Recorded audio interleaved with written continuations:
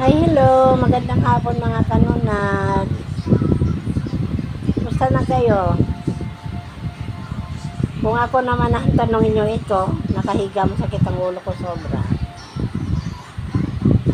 Sakit pa din ang likod ko, dala na itong pagkagurang. Kayo,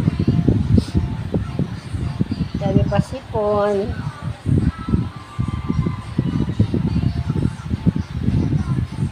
So siguro ngayon also ano.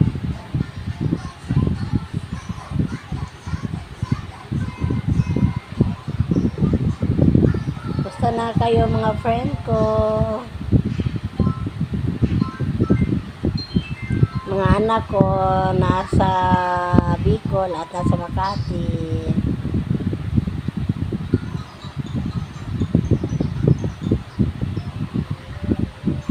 Tingnan nyo ako parang walang naramdaman, oh. Mataba. Nakangiti. Taba sa hangin pala to. Taba sa tubig.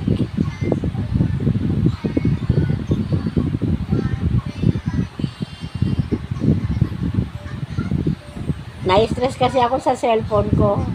Pag mahaba na yung ano ko, video ko, ayan, natitigil. Sana ngayon makisama siya, oh.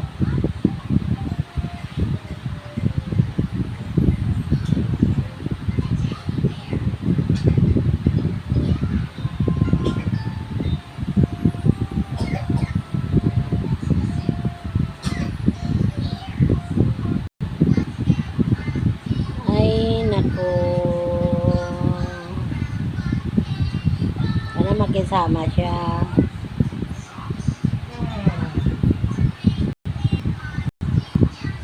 Yung apo ko nanonood ng Kukumilon. May paupo pang nalalaman. Ano, bebe? Hi ka nga, bebe, dito. Hi. Hi nga, bebe. Tanggalin mo ko. Hey, ikaw, bebe.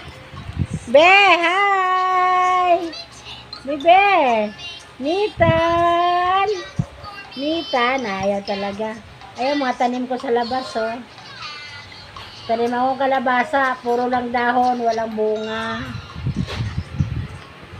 Alam mo, may kwento ako sa inyo, mga kanunal.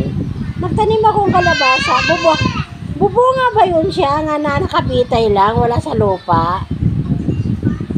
Kasi puro matabang dahon lang wala yung ano. Tapos, yung okra sigurado, pero yung kalabasa, siguro kung upo yan, at patula, sitaw, pwedeng gumagapang lang, mabunga, pero yung kalabasa, hindi ko talaga sure kung bubunga, pero noon, nagtanim ako noon ng kalabasa, bumunga naman siya nagulay mo pa nga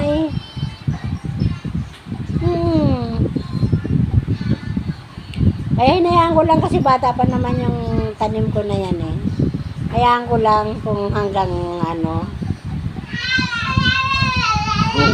Kung ilang buwan siya. Oh, kita mo. Ayan yan ang apo ko. Oh, bibi.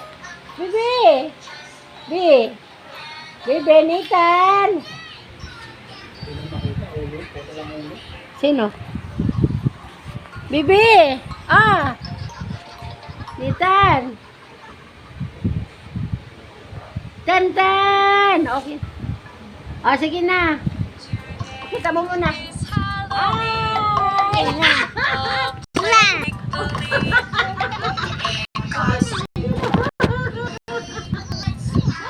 Love you. Okay na. Ang haba na yung sobra.